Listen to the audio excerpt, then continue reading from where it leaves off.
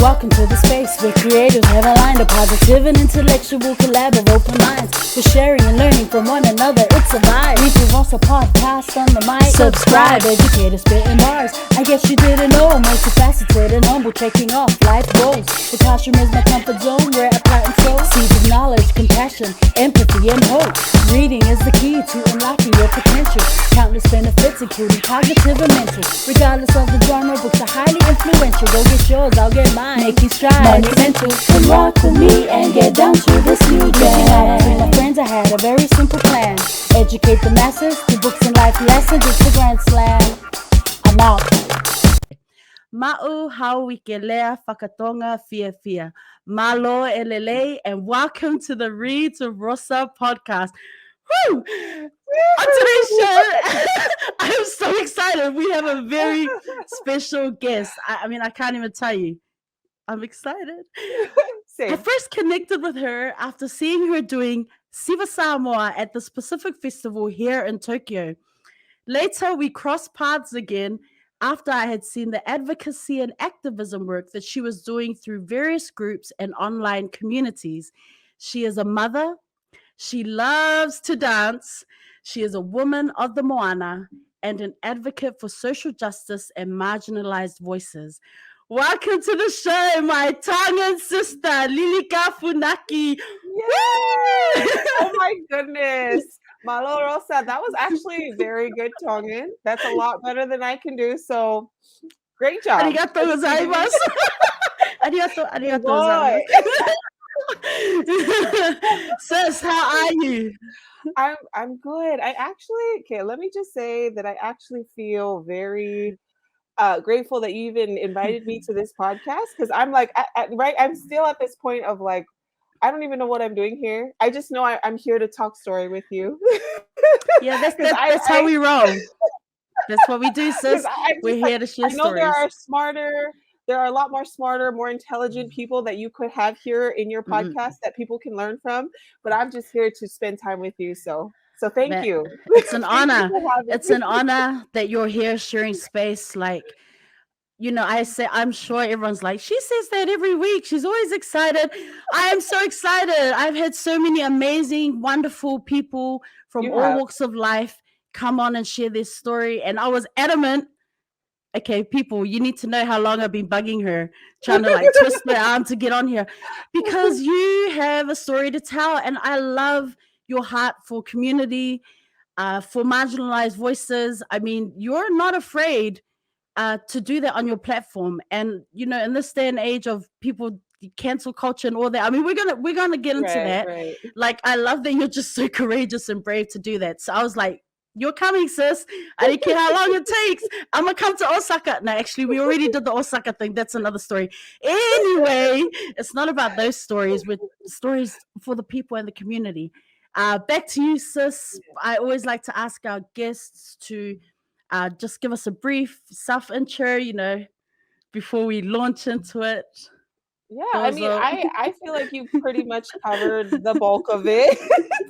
Like I said, I mean, I'm still like kind of in awe that I'm even here. My name is Lilika'imoana Funaki. I am Tongan, so my parents come from Tonga. My mom is from the village of Hateho. My dad is from the village of Homa. And they later, you know, migrated with a bunch of Tongans, like in the early 60s, to the States. So that's how my family ended up in the States. And my parents then ended up in Hawaii for BYU. They went to school. So they went to school at BYU, Hawaii. And that's where I was born. So I was born and raised in Hawaii my whole life. I went to elementary, high school, college at the University of Hawaii. And then I got married in Hawaii, and then we decided to move here to Japan. So that's pretty much where my journey is. I'm here in Japan now. I now live with my husband in Osaka, Japan, with our 2 kids. They were both born here in Japan, and we're just living this Japan life. Just trying to figure it out. Man, what a journey. First and foremost. We're just going all over the Pacific. Wow. And I mean, you know, being in Osaka, even being in Japan, have you been able to connect with other Tongans, like other Tongan communities here, or not so much? When we first got here, we came through like a connection that was from someone in Hawaii. So from folks in Hawaii, not necessarily Tongan, but they were like from our community back home in Hawaii, which is very dominant Polynesian community that we come from. It's a small town called Laie. And so we came through that connection, and there was a small like islander group here playing. So my husband had come for football. So there's like an American Football League here, which is not super, known. I feel like a lot of people come here, Islanders come here for rugby, Right. and like there's like, oh wait, what? There's football now. So yeah, I guess football has been going on for a while. It's not super popular as rugby, but it's here, and there are a few Islanders out here playing in the football league. And then it wasn't until like later on, I think we connected with, some rugby players out here that were Tongan, like straight from the islands, straight from Tonga. So there's definitely a huge Tongan community of, rugby players all over Japan. And including like we have some family like out there in Tokyo, out in my uncle played up in Akita. So yeah, it was just like mind blowing to me to know that there were like so many Tongans out here when we got here. I was like, oh my gosh, we're all over. So yeah, as far as like being in Osaka though, we haven't really had much, connection with whole lot of Tongans. They do exist. It's just that we ourselves personally are kind of just homebodies too. We don't really go out, especially since COVID happened. We've kind of just been to ourselves and kind of like indoors and yeah, just minding our business. But I do want to say there's a huge Tongan community out here. Whether it's for rugby or football, they're definitely here. Like not just Tongans, but just Polynesians. It's amazing. I just love how we're everywhere. For real. For those who didn't know, Fijians, Yeah, right? Samoans, like everywhere. Exactly.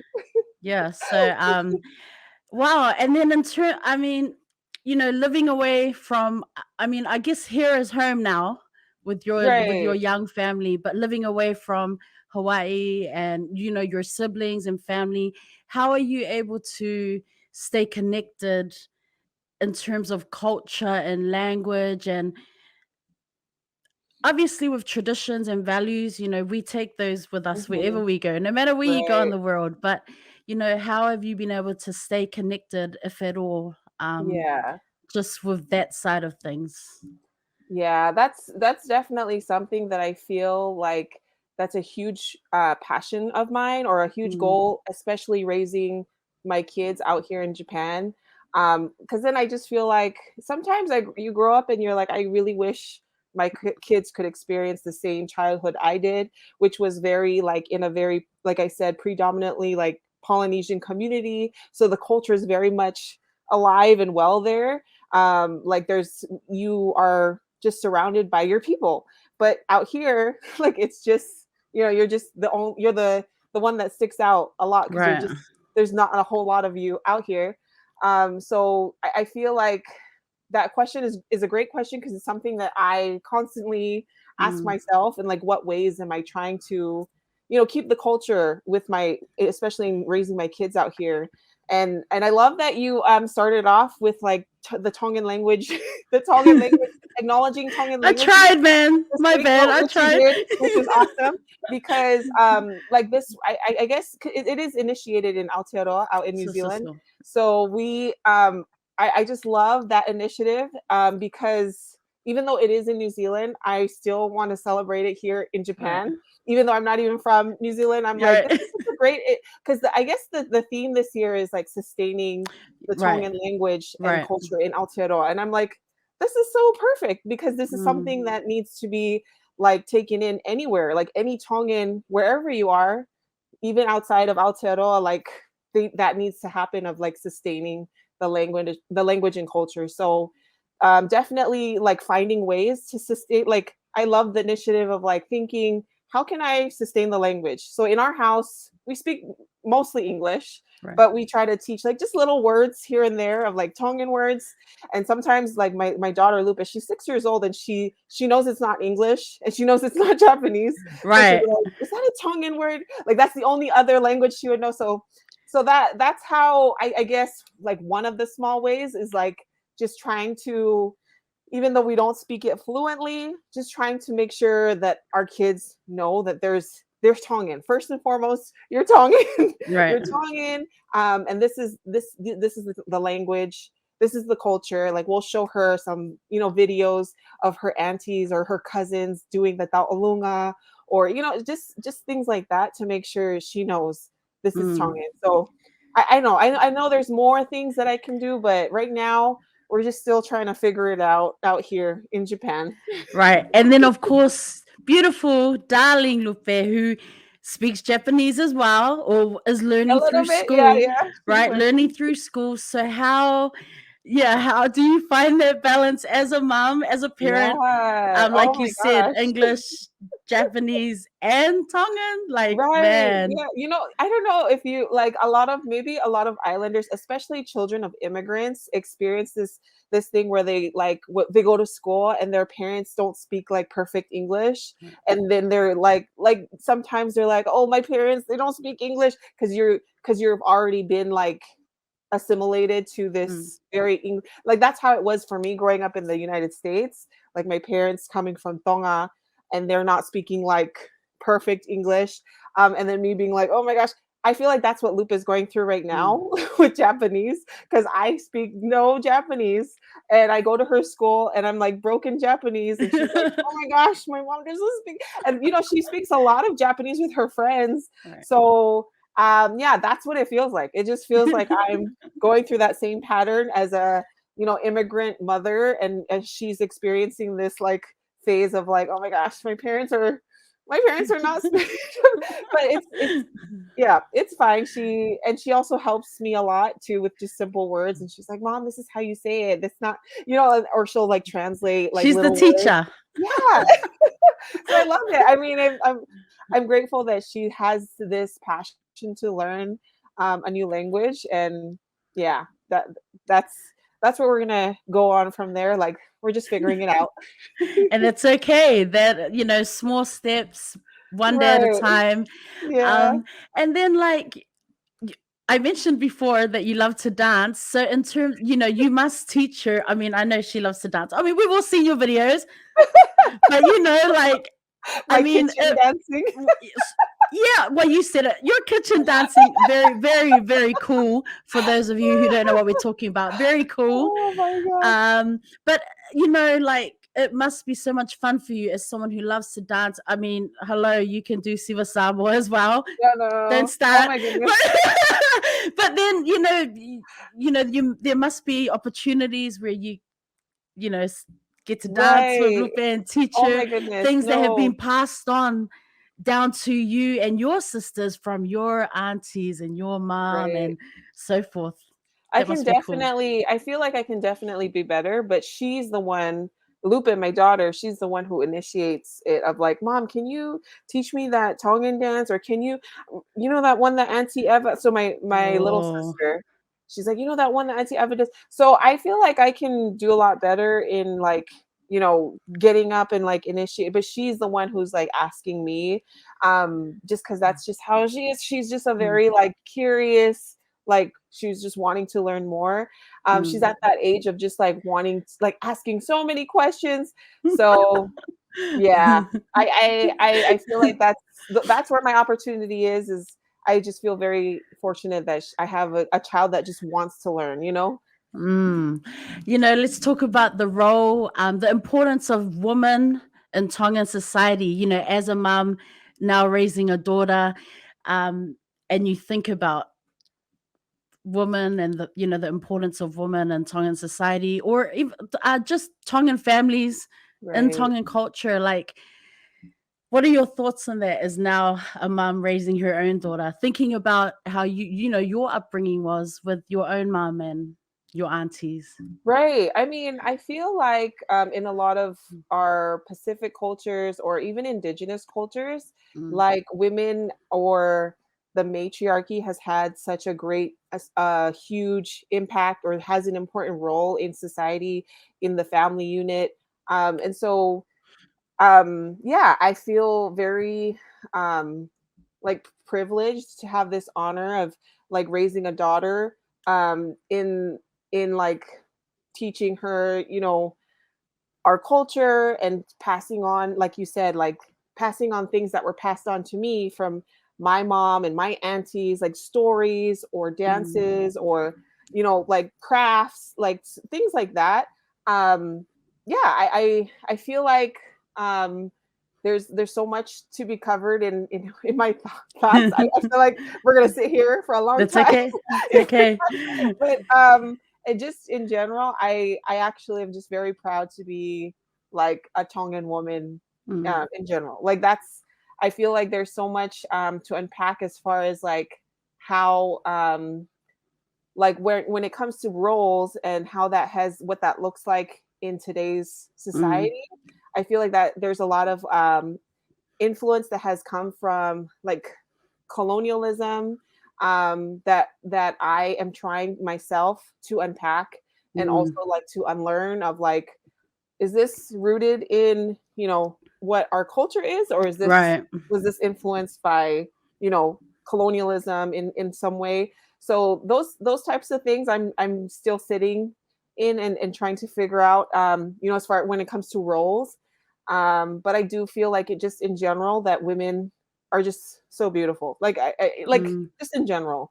And that we do have like an important part in maintaining and sustaining the culture in our family units, if that makes sense. mm. It does, and this is why I watch. This is why I got so like inspired watching your stories, and you know the word that you've mentioned that we've mentioned again and again is this unlearning, Right. and around our mindset and our thinking and why we do things the way we do. Like, is it traditionally what our people have done? Right. Yeah. These Western constructs that have kind of like impeded into what Mhm. was Mhm. traditionally ours, kind of thing. Anyways, like Right. the Right. whole unlearning and unpacking, which you've kind of already alluded to, is like you said, we could be sitting here for hours, but I love um Right. this type of questioning because this is what you have on your platform. I mean, this is how I got kind of like reconnected. I was seeing this and going, hmm, I'm not Tongan, but it makes me think about, oh, okay, what about my own Yeah. culture? So it's that Right. line of questioning um, that got me super curious and started Mhm. following and really got going, oh man, what's going on here? Like, where is No, it coming right. from, and why is she, and it just, yeah, I'm super intrigued. Um, yeah. Yeah, and I feel like a lot of people are kind of going through that. Like I feel like a lot of things that I share on my platform, I always say this is not like something that's like that I've started. It's not Right. something that like that's a new concept either. Like a lot of people have been saying this for Mm, so long, and even I myself am learning from others as well who are going through that same journey of unlearning and like decolonizing, like it sounds like buzzwords now, but right. like, Right. Right. these things are, I feel like it is such an important journey and a responsibility for us as people who have been, how do I say? I want to say colonized, but like some people will claim that we're not I colonized. know, I know. Yeah, I know. So I don't That know that's how to. that's like part 2 of episode 72. Sorry, that's episode 73. That's a Right, whole nother, we gotta shoot another whole podcast. But yeah, I get what you mean, right. right? Yeah, People just some people are that just super adamant, responsibility. like Right. I mean, and everyone has their own journey. Everyone's got to start somewhere. mhm, But for me, it's just acknowledging like that there are these systems, that have been set up under the influence of colonialism. And I can't force anyone to like get there, but it's just, it is, like you said, an important questioning, like a line of questioning of like just sitting in the discomfort and being like, like, why is that? You know, like just exploring what we are like told never to ask questions about. Right. Right. Right. I was just about to launch into social justice related things, but before I forget, I wanted to share this one time I had dinner. Sorry, this is so off what we're talking about, but I had dinner with Amelia and Emma and the bro talks Fale, right? With and the whole it was actually after we filmed Talks Fale's podcast, and then we went and had dinner and they started talking about the fahu. The fahu. Did I say that right? The fahu. Right. So they started sharing their stories of their fahu and the importance of that. I love that. And since you mentioned family, I wanted to ask about, you know, I don't know why in my notes I wrote the modern day fahu. Like, that's not meant to be that's not meant to be offensive or anything, but you know, how different is the role of the fahu nowadays, like in modern day society, from your perspective, like in your personal experiences, or perhaps from stories that you've heard? Or is it people change, but the values and the significance of that role remains the same? Oh, that's a good question. Has it evolved? Evolved is kind of what I was wondering. Right. I don't know. You know, I would have loved to actually have been in that conversation of just hearing other Tongans talk about the fahu, because I was fascinated. I just love hearing, you know, other Tongans and a Samoan. I was just like, and there was some tears and emotions, and I was so blown away by these stories. No, like those are the kind of talanoas I like to sit in and listen, because like you said, I feel like a lot of Tongans have different experiences with, you know, what they like a fahu. Like I've said this before too, like I feel like I'm super fortunate to have like a good fahu. I love my fahu because I feel like my fahu treats me like I'm like above. Whereas, you know, in general, a lot of people see the fahu as like this higher ranking. Like when you go to parties, your fahu. So your fahu is, you probably already know this, but just for folks who are listening, for those who don't know, the fahu is always your father's. So it's your paternal aunt, the oldest aunt. So it's always your father's oldest sister. And then if your father has multiple sisters, they're called the mehikitanga. But the oldest sister is the fahu, and she's always like the highest rank in like your party events or any like family event. They have like a funeral or a wedding, like she's always acknowledged there. And so I feel like, just going back to saying that I have this fahu that makes me feel like I'm up there, because she treats my siblings and I like we're such like we're her treasures. And I feel like that is actually the way that the fahu should. Sorry, let me reword that. I feel like there should be a reciprocity in the way that like you show your love and your respect, and it goes back, like it goes like this. Yeah. No, it shouldn't reciprocal. Be yeah, like you said, reciprocity. It shouldn't be just a one-way thing, where, because I feel like that's very like power hungry, like dominant. Like the fahu should only be the one to like, there's only a one-way thing. So from what I've seen and the other experiences that I've heard, other Tongans cannot say that. You know, they can't say that they've had they love their fahu, but you know, she's this and that. Like there's such a power, abuse in power of like how people are treated by their fahus. If that's what the modern day fahu looks like, of like there's not where she's like the power person, and folks feel like there's that disconnect of, you know, the love and respect. I feel like that's that would probably be the thing that would be missing, is going back to reciprocity. I feel like that's such an important thing, not just with the fahu role, but just like any role. Like any relationship should be like, it should be like this. You know what I mean? Like there should be a giving and a something given back type of relationship. But um, because I feel and I believe because of the way that Western powers have influenced some of these roles, it can become like it can feel like a hassle when you're like doing something for someone, or it can feel like, oh, I don't know why I want to do this for this person. This person doesn't treat me well. So yeah, those kind of things happen. Like a lot of people have shared how they actually don't want a fahu because they don't like the way they're being treated or whatnot. And I feel like that's what's missing in our just in like the value of, so we have values in our Tongan culture, one of them being Faka-Apa, which is the respect, but it's acknowledging and also giving respect. Like it, again, goes back and forth. Like it shouldn't be like a one-way thing. And I hope, for me, my hope is that I myself can teach that to my own children, and they also like understand that concept of reciprocity with their relationships with each other, like as siblings, that relationship as parents, like even as parents, like sometimes parents take that role of a parent to be like, I'm dominant over the child, but it really should be like a respect in both ways type of thing.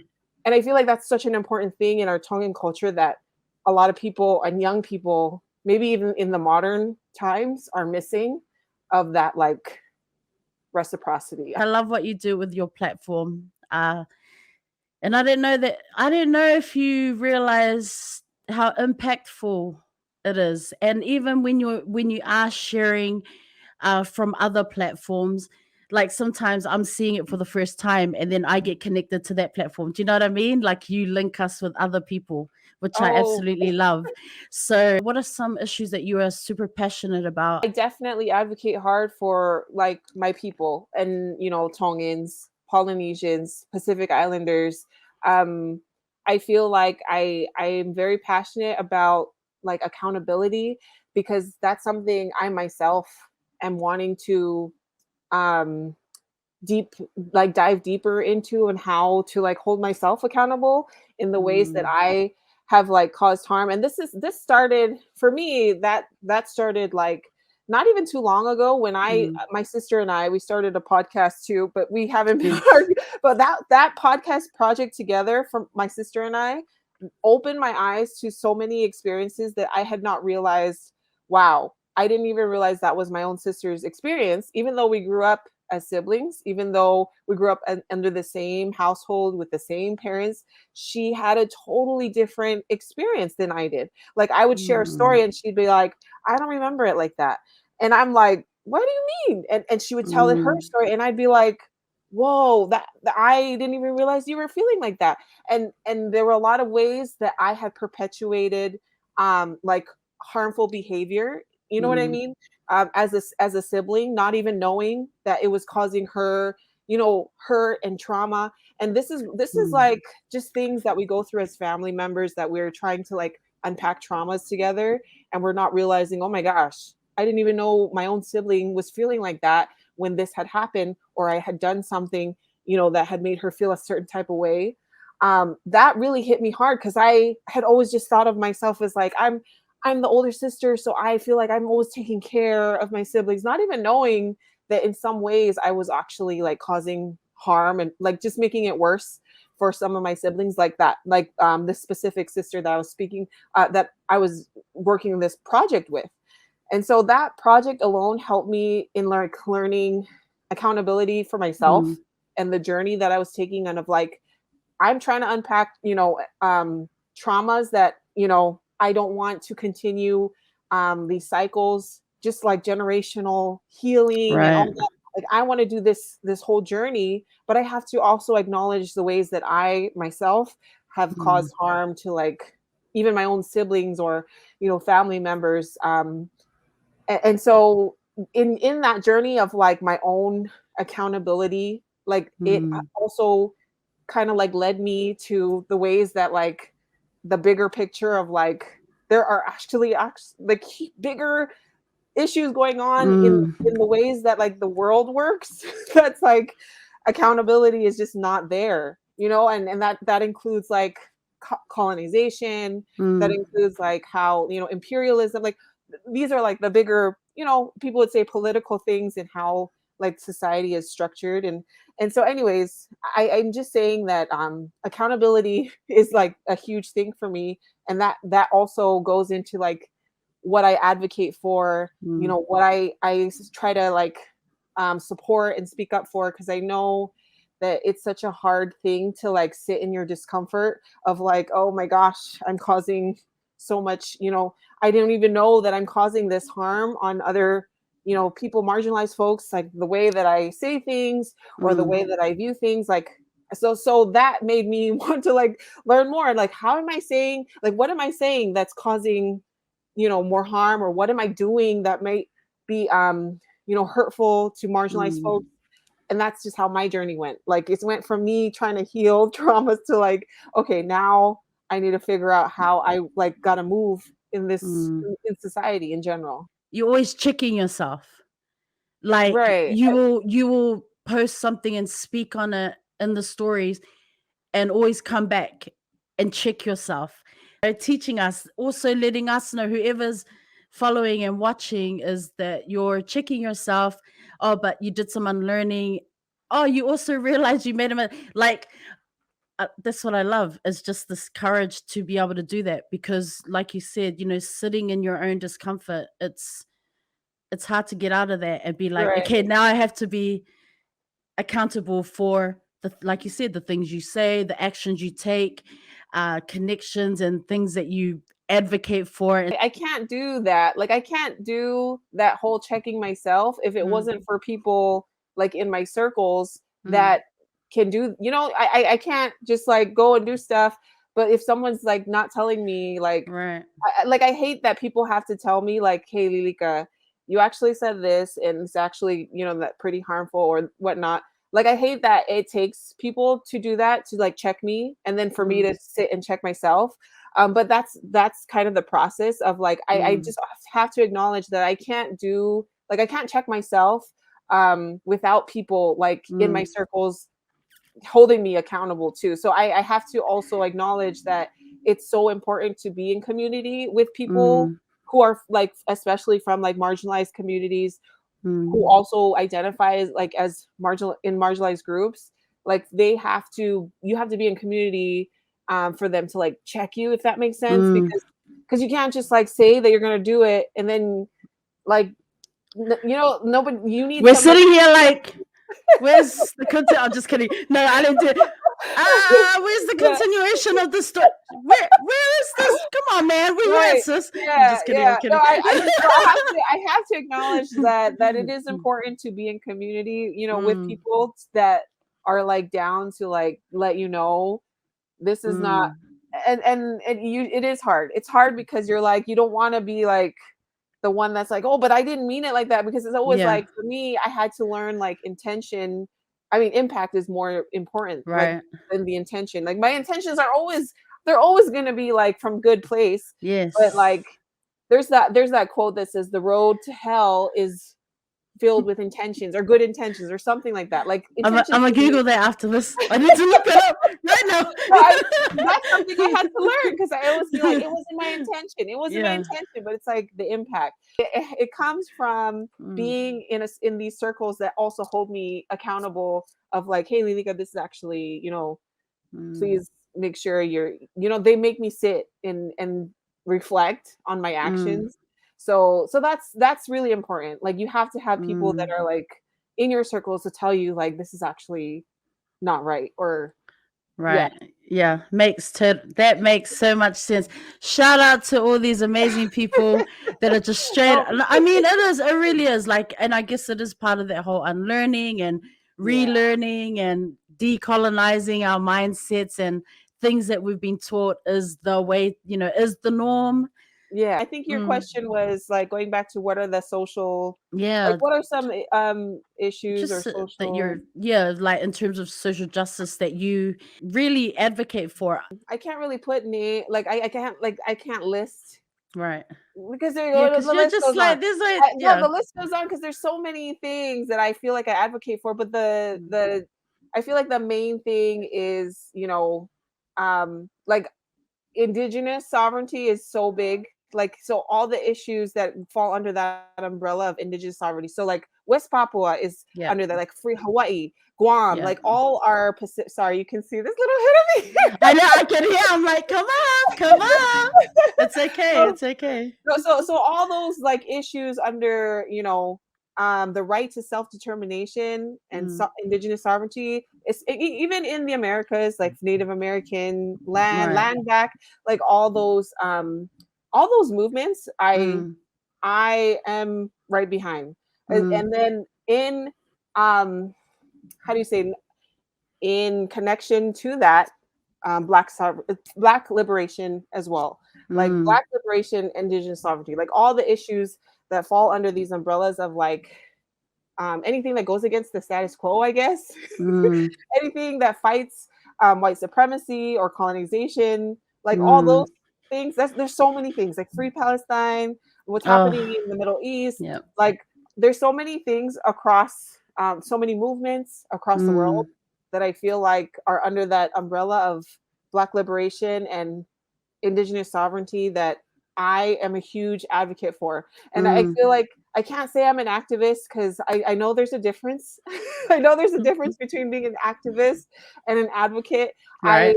I don't feel like I do enough to be an activist, but I am a huge advocate for that, for these things under indigenous sovereignty and Black Mm. liberation. I really want to talk about Free West Papua. Being from New Zealand, this is pretty much in our backyard, Right. in that part of the Pacific. And for those who don't know, I was wondering, I know that you are a huge advocate again for Free West Papua. Can you speak a little bit about it, just to raise awareness for those who have no idea what we are talking about?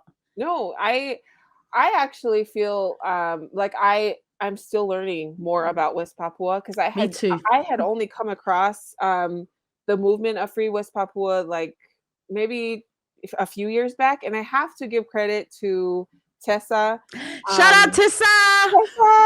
Tessa. No, really, I came across Tessa's platform, and Tessa to me is like the Free West Papua queen because Mm, I that's how I learned more about it. And she had put out a prompt basically saying if we're gonna do something, to campaign for Free West Papua, so mm, please reach out to me. And at the time, I was like, what is this? The only thing I had known about Papua in general was that it was there was I had only actually heard about Papua because I have a brother who had served a church mission out there. mm. I know it's kind of I have very much mixed feelings about this, but Right. anyways, I knew my brother was serving out there in Port Moresby, and I had seen this campaign for Free West Papua, and I'm like, what's going out there going on in West Papua?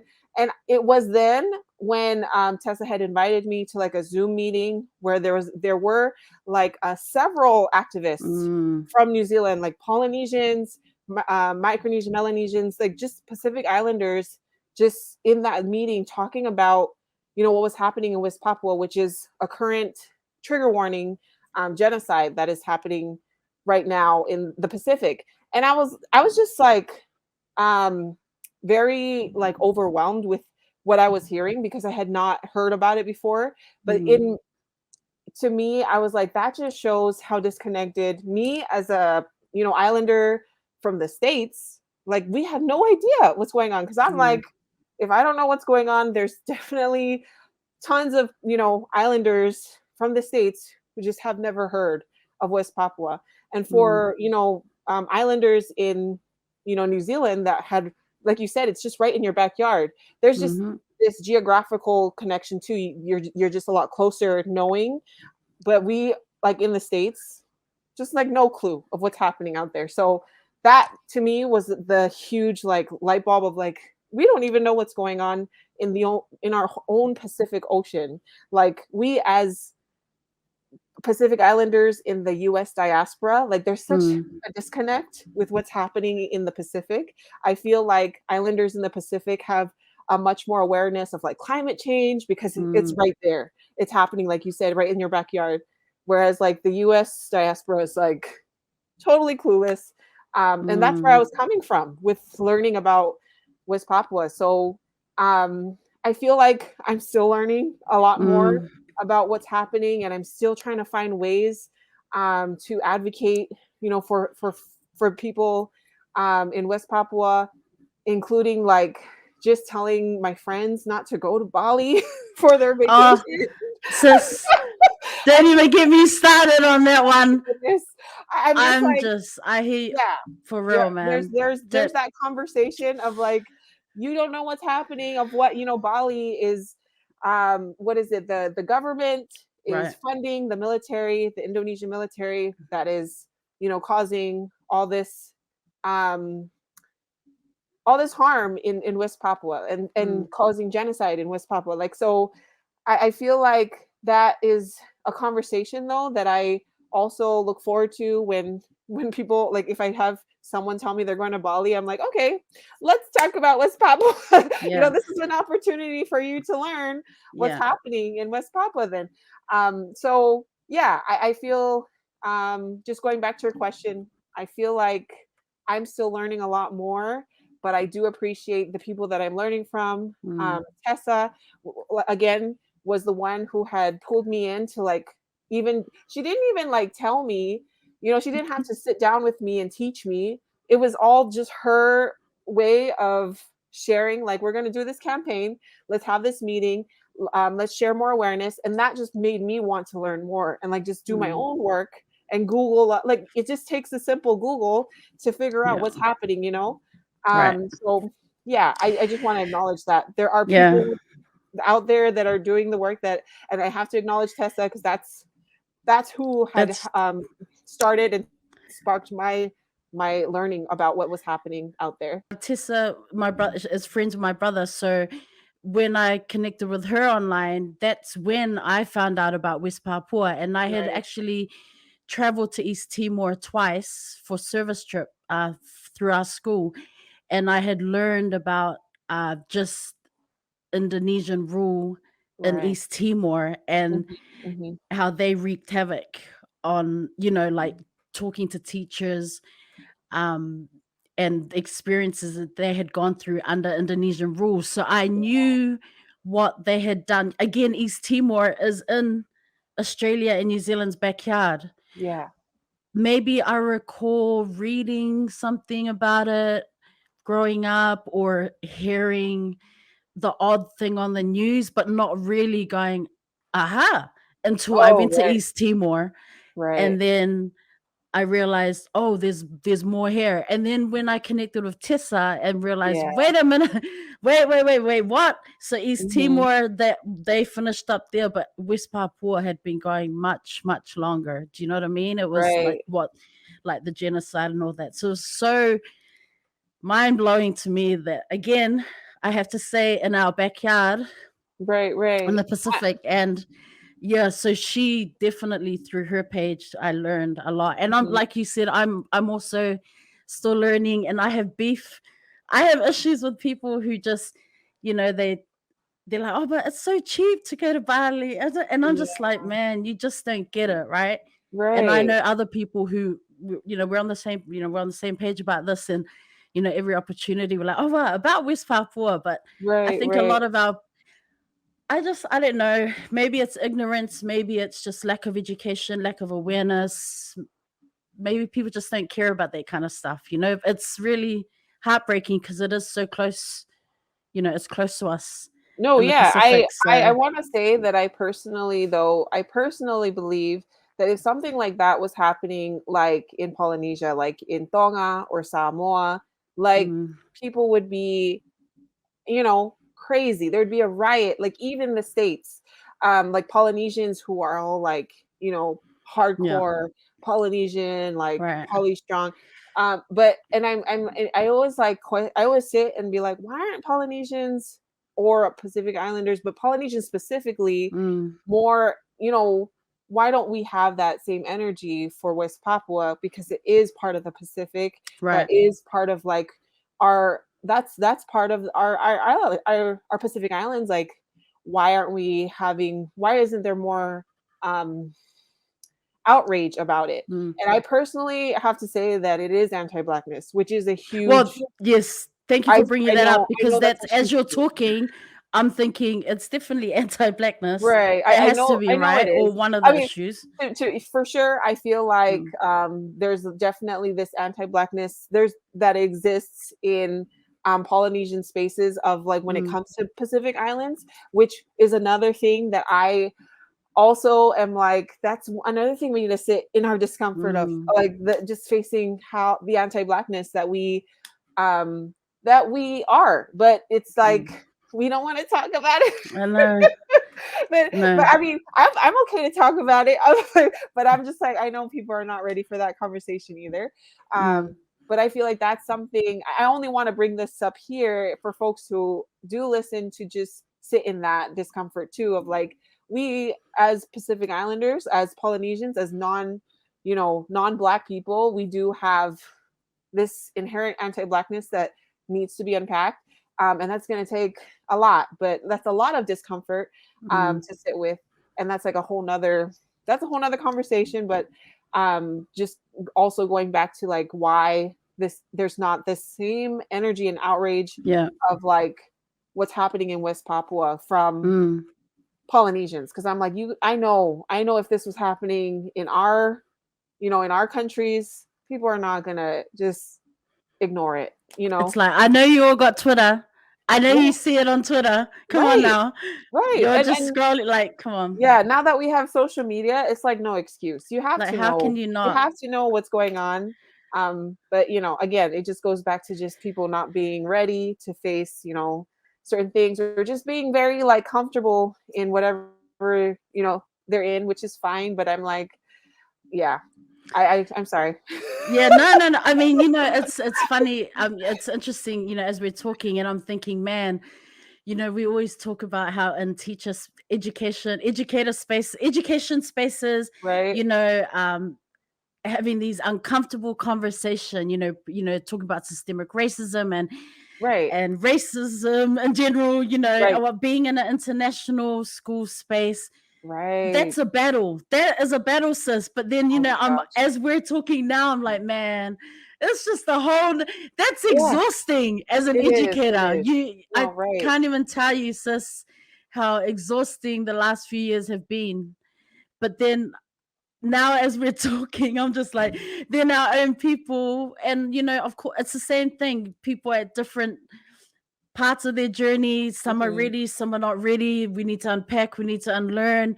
We're still learning, as we continue on.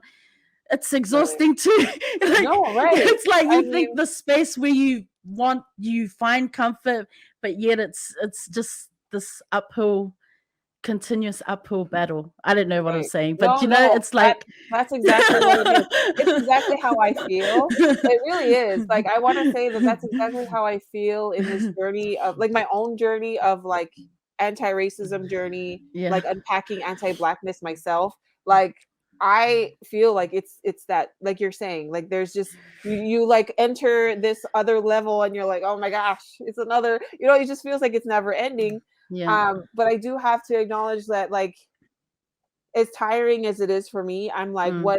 how is I that for know. people I know experiencing it, you know? exactly, exactly. It's like, This is our experience, but this does not even compare or come near to. And we're not that we're comparing, but right. yeah. No, right. Thank you. Yes, yes. Thank you No, for I saying I that. just wanna acknowledge Absolutely. that feeling. I know that feeling. That feeling is so real, of, like, feeling tired and exhausted, and Mm, I think that that's a really real feeling. But I feel like that's a lot of the reason why people don't wanna, mm, continue that journey or take that mm, step. It is tiring and overwhelming. But I think for me, like, personally, I feel like that helps me as, like, like you mentioned education, and I feel like that's a huge thing for me as a mom, as a mother to mm, my own, like, to my kids, of, like, learning this way of, like, you really should be standing up for other people. You really should mm, not be exhausted for the way that people are being treated badly. Like, that should be a responsibility, especially if you have a certain privilege, which mm. we all have different privileges in Yep. society. So I'm just like, I really hope that's something my kids can learn of acknowledging, their positionality in society, and also acknowledging the privileges they have, and never feel like they cannot stand up for someone else or stick up for other people that are suffering. And I just feel like my whole life growing up in a very Christian household or Christian society, like Christian community, we've always been taught these like values of like being Christ-like and whatnot. And then now that I'm a lot older, I'm like, but are we really, are we really doing that? If we're not standing up for people, for marginalized folks, or if we're not speaking up for the queer community, for the Black community, like how is that, so right. And then, Christ-like, I mean, don't even get me started. I mean, even that whole like being Christ-like and does, do as Jesus did, but no one wants to acknowledge that Jesus was a radical, or that he was a Palestinian Jew, or that he was for all people. That part, and that's a whole nother episode, but you just reminded me of that, sis, right? And it's this unpacking and unlearning, and right. It's a journey. It really is. It really is a journey, but it's like we need to take that step forward. Like we need to really push ourselves if that's what we're being taught, and that's something that we, what really want to do. So yeah, I just really appreciate you bringing that to the conversation, and us even just like, I feel like we're just scratching the surface. I know, I'm just like, we're just scratching the surface, because first of all, your kids are like, mommy, come to sleep soon. and I'm like, I'm trying not to keep you online for 3 hours. Don't worry. This is just the beginning. It's an honor. It truly is. Don't even worry, Rosa, for real.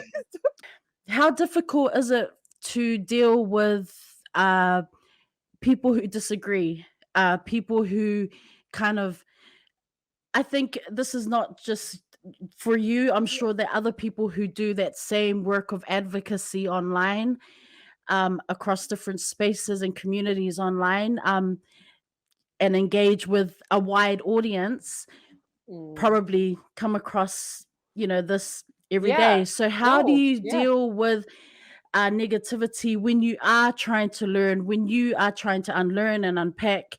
Have you ever felt like, oh, I just need to disconnect, just deactivate? Do you ever get to that point, or how do you not get to that point? Right. No, I totally understand your question. Because it's vulnerable. You putting yourself out there, your platform. Right. I'm sure at times it feels vulnerable, because like you've said continuously right throughout your learning, it's part of your journey. No, right. Yeah. I appreciate this question, because there's different reactions that I have for different types of people that come into my DMs, especially. So I feel like I'm very open to people who are willing to like learn. So people are like in my DMs, like, I totally see what you're saying and where you're going, but I would just want to know more. And just depending if how close I am with that person, because I also want to make sure I'm not giving free labor to like people that can just easily Google something. Exactly. I don't even know you, so why am I giving you free labor? That type of thing. Like it really depends on the person. So if it's like a close friend that's just really like really wanting to learn, then I'm like, okay, let's talk about this. But if it's just like someone that's just being totally negative, just trying to be like the devil's advocate, like those type of DMs, trying to get something out of you to screenshot is what I'm talking about, right? That's scary. No, yeah, those type of people, those type of DMs, I just ignore, or I just like use block. Like I'll just block or and delete, and that's fine to me, because I feel like there is such a huge. I feel like there's so many people on social media who are using their platforms to educate, especially like people who are even more marginalized than I am. I'm here to advocate, but there are people that belong to marginalized groups that are on these social media platforms that are getting attacked. Black folks, queer folks that are just getting attacked by people, right? And so I'm just like I can't imagine the DMs that the type of DMs they get. So for me, it's just like why are you talking to me? Like, why are you, why are you, like the attacks to me is like, it's not really an attack to me personally. It's just, like, to me, I just feel like I'm just here to speak for other people. I'm just here to stand up for other people. So if you're here to attack me, like, it's not hurting my feelings. It's really not, it's not, you're not attacking me personally because I don't care. It's not, yeah, if that makes sense. It really depends on the people who are there, what the approach is, for me to like be like, okay, this is a conversation that I actually want to engage in, or this person is just here to get a reaction out of me, and I'm not going to give that to them. I'm just going to block, and that's fine. So either way, for me, like, I just feel like whatever negativity comes at me, like, it's really not directed to me, because I'm like, it's not hurting my feelings. I'm not. You're just trying to get this out there. You're trying to learn. You're just it's really I feel like but there are, when you said, do you deactivate or disappear? Sometimes disconnect, sometimes I do, like, just not go on social media for a while. And I think that's important too, like, just for anyone in general, just to get off, just to go outside and touch some grass. Like, that's really important. Just whether you're an activist or advocate or not on social media, I think people just need breaks from social media in general. So that's important. It's always important to just take that break too. You need to. Yeah, I've been doing that. I think this is like the third episode that it's not. It is intentional, but just since school started back, I've just been super busy, and I still want to be able to do the podcast, which is weekend thing, because I enjoy it. I enjoy connecting with amazing folks. So folks that inspire me. So that's my thing. And I haven't written I haven't written a lot of book reviews lately. That's my thing. I just haven't had time to do it. I'm not making any excuse. I'm just saying, trying to like balance my time. So I've really just kind of just been coming online random times and saving things that I want to post on stories later. Maybe in the holidays I'll probably be on there a lot, but for now I'm just trying to like be a good teacher. Trying to do my job, man. Like, trying to be good, trying to be better. No, but that's important too. That's important too. And I feel like I love that you mentioned like doing things you love, because I feel like that's we were just talking about how we can get exhausted from like just being an advocate or speaking up or doing the work, like just the work of unlearning and like healing journeys, like that is exhausting work. Whether online or offline, it is exhausting. So I think it is important to note that it's important to like do the things you love. Like, just remember to do the things you love to do, because I think that will also help in the journey, is like taking these breaks of like, I actually like to do this. This is what I want to do because this is my life. And I want to say that your podcast totally radiates this thing of like enjoying just speaking to people. Like I have this thing with like these podcasts that are coming out that are like these alpha male podcasts that are just very demeaning and berating of women in general. Like those types of podcasts, like there's a lot of them that just are looking for clout, whether it's good. You know that saying where they're saying like any attention is good attention, or what is it? There's that, I don't know what the exact words are, but it's like whether it's like a good thing or a bad thing, as long as they're getting the attention, that's all that matters to them. And I don't like that. Like, that's the type of energy that I'm like, you should not be doing something that you don't like to do. Like if people like are telling you this is actually not a good thing, you should probably take that in. But it's always like those facts over feelings people that I'm like, oh my it's so crazy to me, because there are some really cool folks out there, Pacific Island folks, just there's a lot. People out there doing some really cool things with their podcasts, like different ways to use their platform. It's so interesting, and I learn a lot from that. And then I'm just like, but it's always these famous people with a huge following that like, why are they doing that? Yeah, I mean, I don't know, Rosa. I don't follow any of them. I just want to say that your podcast and every time you're yours come up, it always makes, I know, oh, Rosa likes, this is what she loves to do. Like, you know, that it's not for clout, it's not for attention, or it's just because you genuinely enjoy it. And so that's what I want to say about your podcast. I I don't appreciate have it. anything else to Thank you say so about much. I appreciate it. it. I want to talk about Tonga Talanoa. Oh I hope I yeah. said that right. OKT Talanoa. This is the time. I cannot let you go. I know we've gone over an hour, but I cannot let you No, go, sis, I'm good. without talking about OKT Talanoa. And before I say this, before I let the sis Lilika talk about this community space, if that's what it's called, I think. Yes. I actually, I was trying to find an opportunity to get on here, Oh and finally, and then I actually had a chance to go and listen to one of the guests one time. Amazing. I didn't say anything. I just sat there and listened because I was so intrigued about American football. Anyways, that's another story. But over to you, Lilika. Tell us about this amazing community space. Oh my goodness. So yeah, Tonga started off in 2020 during the pandemic. You know, we were starting so many like virtual online community spaces, and it started because there's I don't know if you know Elizabeth Kite. She's in Tonga, but she is the founder of a youth of a youth program out in Tonga, and she had actually reached out to, you know, just a few of us to practice Tongan. Like, it was just a little chat of like, oh, let's practice a Tongan word every day. So we would share a Tongan word every day, but it was just like a little chat group.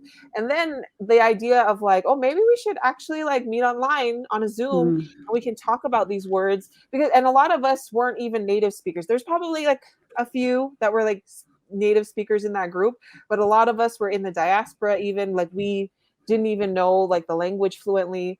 And so we were like, okay, let's now you know, transfer this little group chat into like a Zoom virtual space. And then we would get online and we would start talking about like sharing words and like their meanings.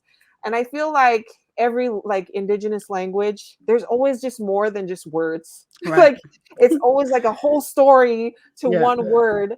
And then that's how we got into Talanoa. Like, it was like we would just mention one word and it would be like a whole story and background about that one word.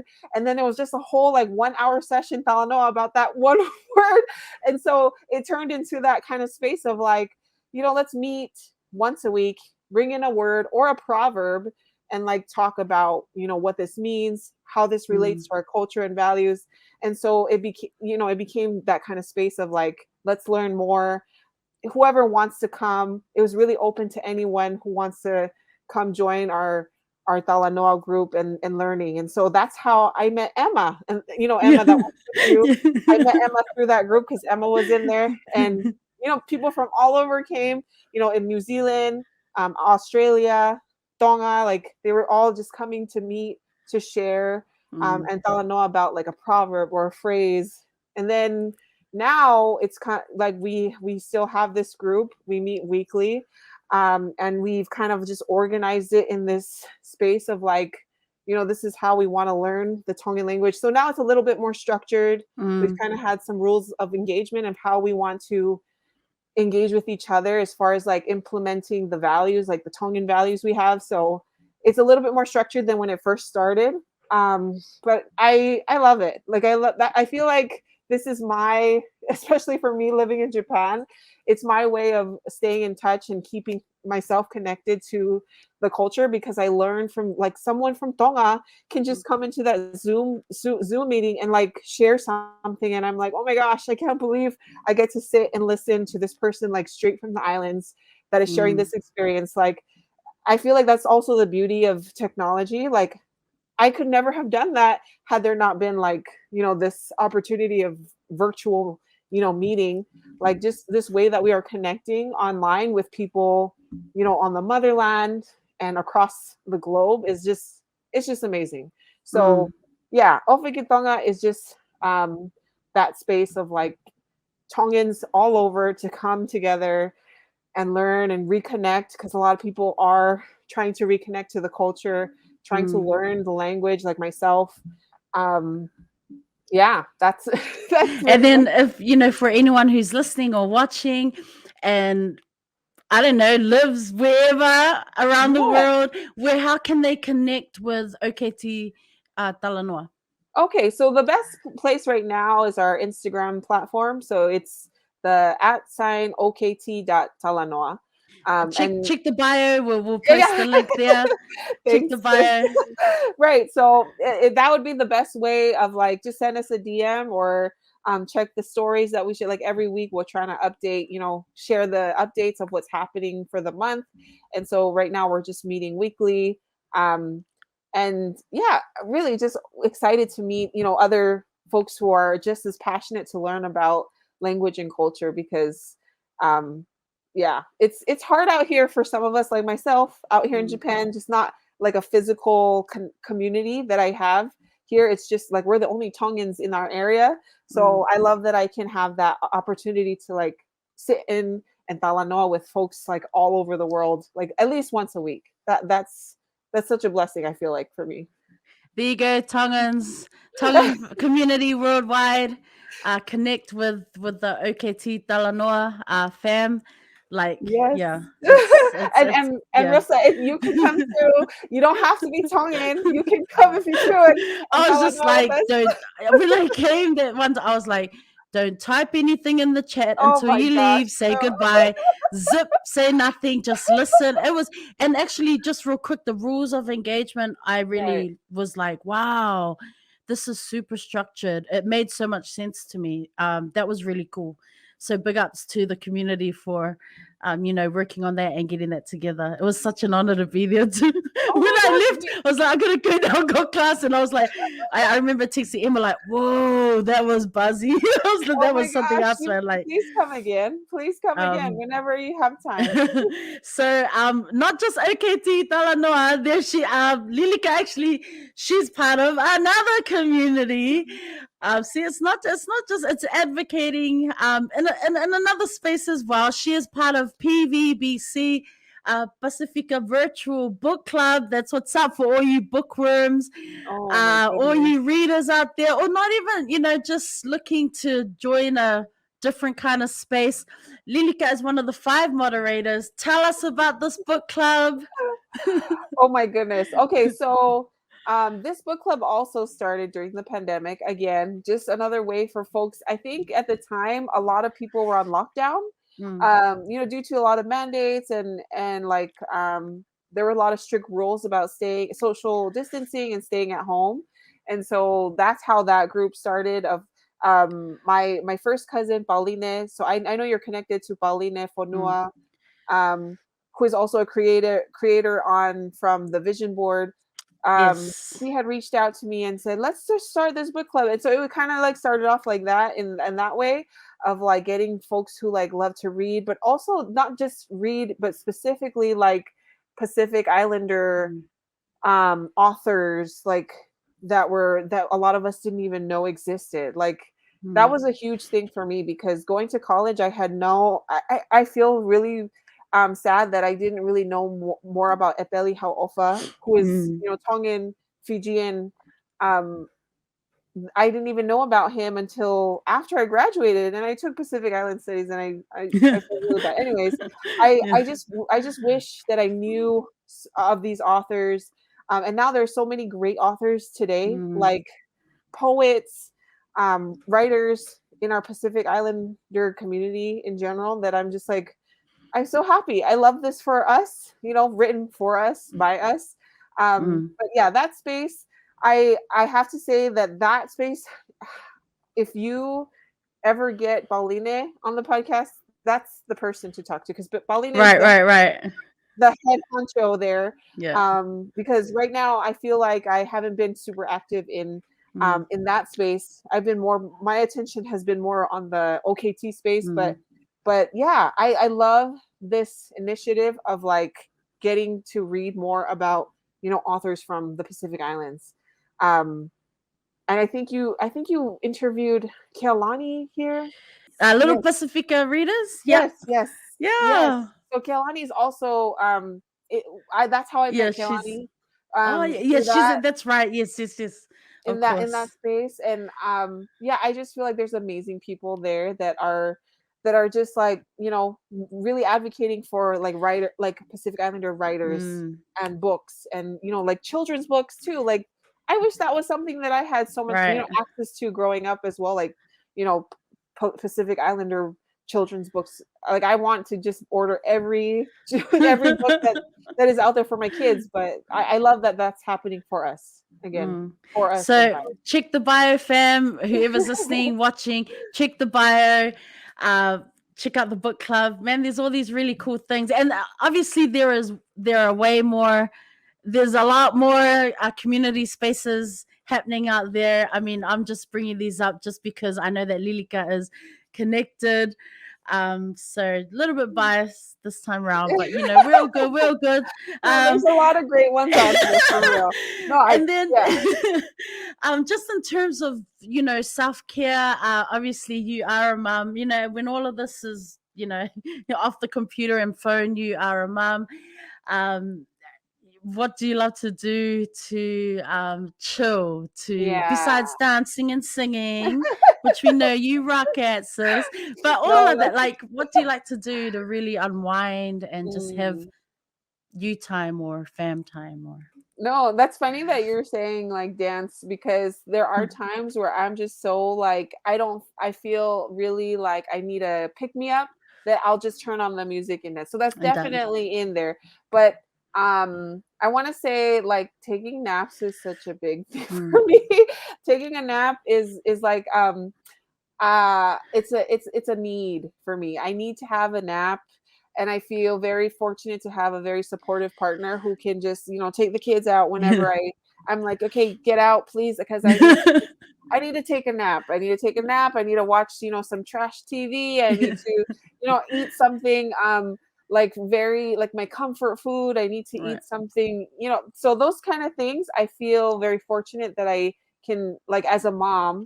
I know there are a lot of moms there who just don't have that support to like just be like, let me just do my thing. Mm. But I feel very fortunate that I can just be like, okay, can you please take these kids so that I can have my thing, or that I can have my time, or I can go eat, you know, with my friends, or I can go have lunch, or something like that. So yeah, I feel those things are important to me. Just taking a nap, getting good food to eat, um, watching trash TV. I have to say, No like, judgments, no oh my judgments. gosh. I wish I don't even feel embarrassed to say it, because I'm just like, sometimes I just need to watch like trash TV to be Yeah. like, you know what? I'm glad that I can get my mind off some things Right. just by watching it. There's some really weird people out there. So And that's okay. That's okay. You just that's why I had to ask the question. You oh, know, like I said, it's a question that every guest, you know, when you ask that question, they're like, oh, you know, you know, because everyone's super busy, right. family, No, that's true. you know, It's creating hard. and just being impactful and you know, doing their things, Yes. smashing goals. And so when you ask that question, it really makes people think like, some people are like, you know, I need to do better, but then, you know, others are Right. like, oh, this No. is what I love to do. And it's cool, man. I love asking guests that question. It's super No, important, yeah. you No, know? right.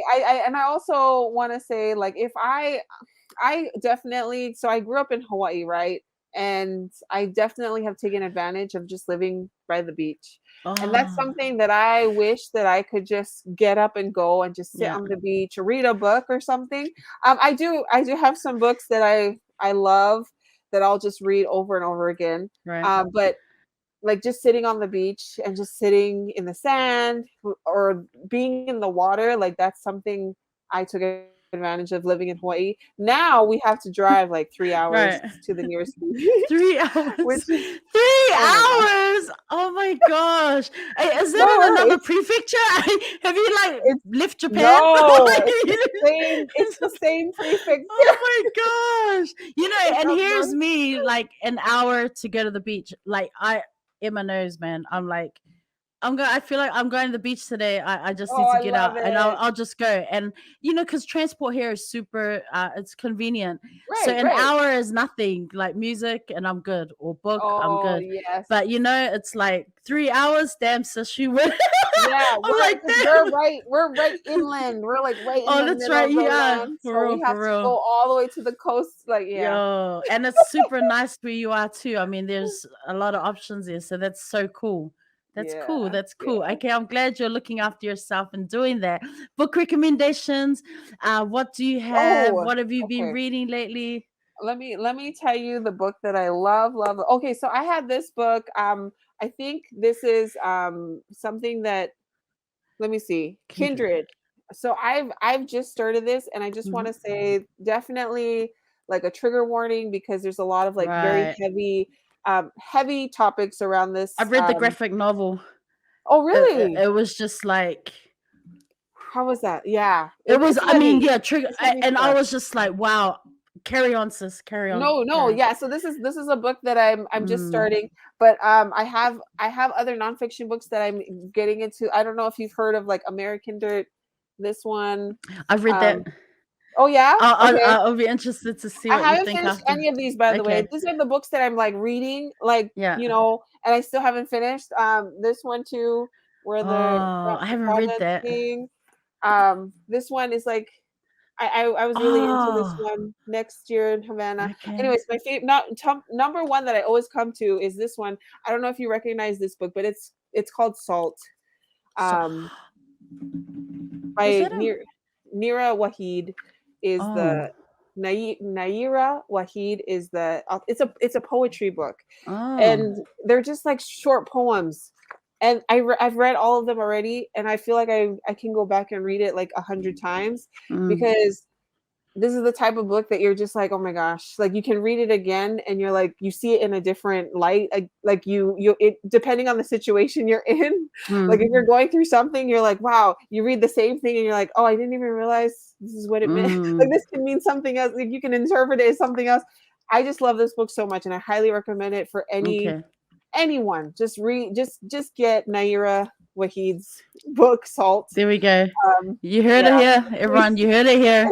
life changing, life Life changing. changing. Oh That's my cool. gosh. Thank you for sharing that. Because that particular, I mean, I don't think any of those books have been recommended. Oh, really? No, so Yeah. that's cool. This is what I love, Again. man. Like, it's the book recommendations by guests is pretty cool. Like, No, you I love it know, too. I love it when you it's so ask cool. that question, because I'm also taking notes from your guest, and I knew you were gonna ask it, so I'm like, let me get my books. My books are here, they're ready.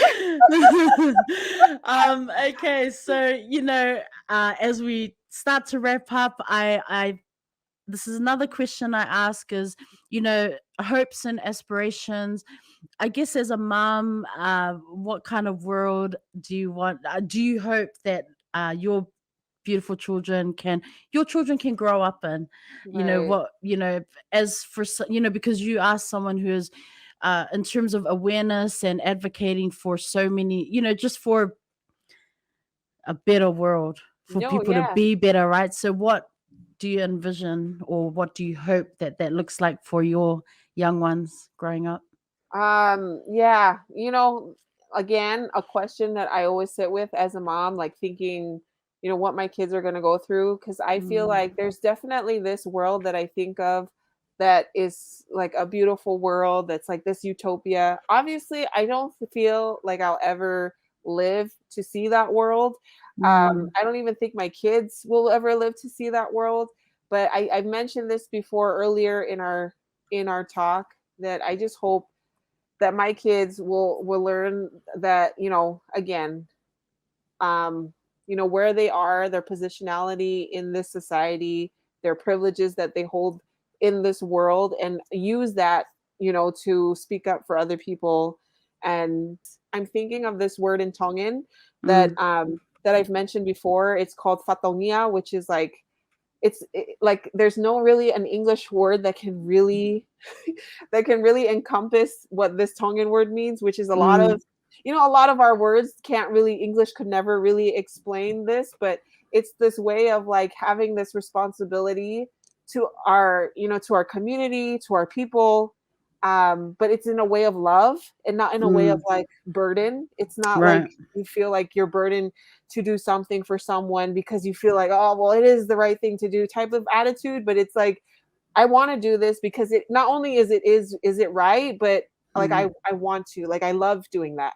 I love like standing up for, people and advocating for people and making sure that people get the same happiness that I do. Like that type of responsibility, I think, is so important. I feel like that's something that I am passionate about, and I hope, I hope my kids learn that is important in this type of world that we live in.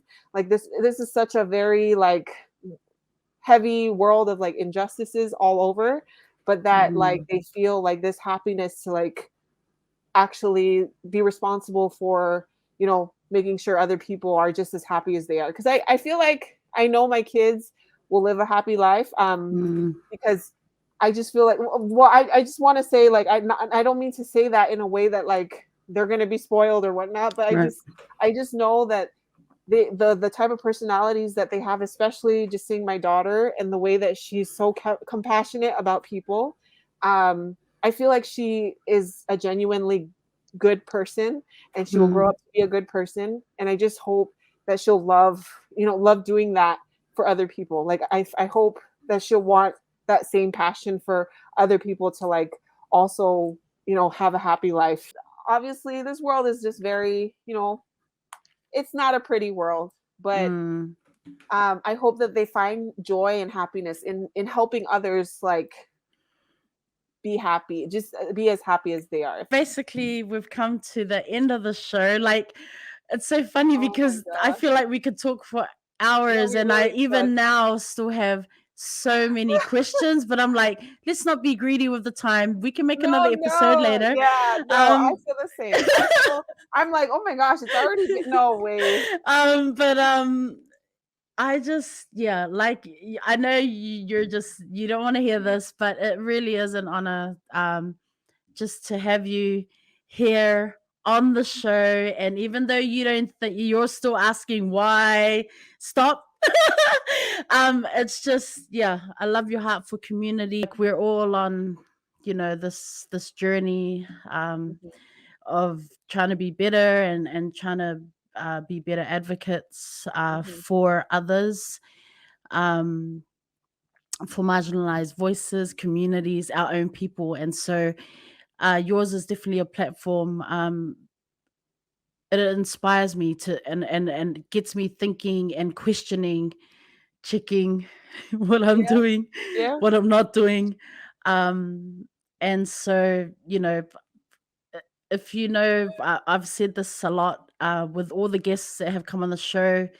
I ask each person because I've been watching what they do, been following what they're doing online, and it inspires me to just be better and do better in terms of the spaces that I move in. Do you know what I mean? So, so you're pretty amazing, sis, and I'm so grateful that we got to sit and do this. It's a form of learning. It's a form of education. So, like, I'm not taking it as like, oh, it's another interview. It's like, yo, here's another opportunity for me to learn from someone who's doing that social justice work. Because I'm a social justice teacher, so I'm always looking for ways to be better, to be more impactful, more intentional in terms of our own social justice classroom and space, and amplifying the voices of our students. Now I'm going off topic, but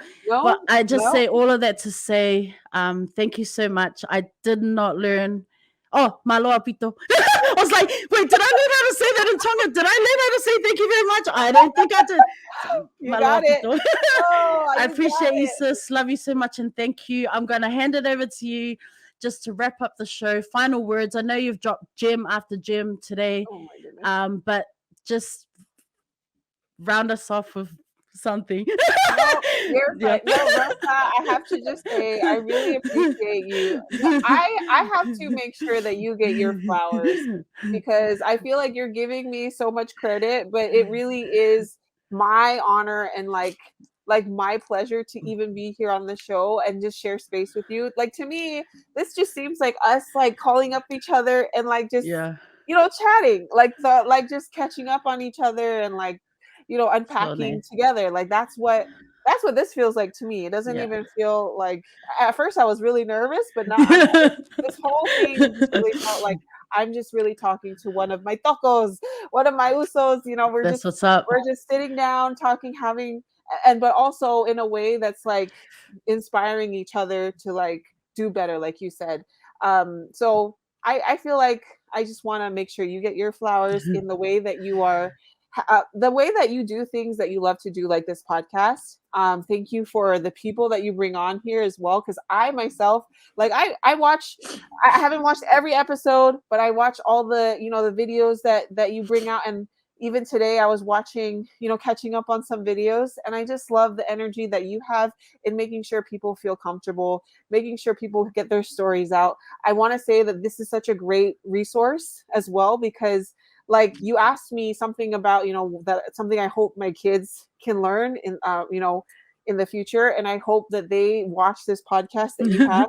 Like these type of things are the things that that I want my kids to know. And I feel like you, in many ways, you have this way of like also carrying on, our ancestors' ways of like our stories being told, even through this podcast. Like, we always talk about how we have these oral traditions, and the podcast is just one of those many ways that you're, sustaining these stories. And like to think that my kids or my future grandkids will come across this Talanoa one day, I'm just like, I love it.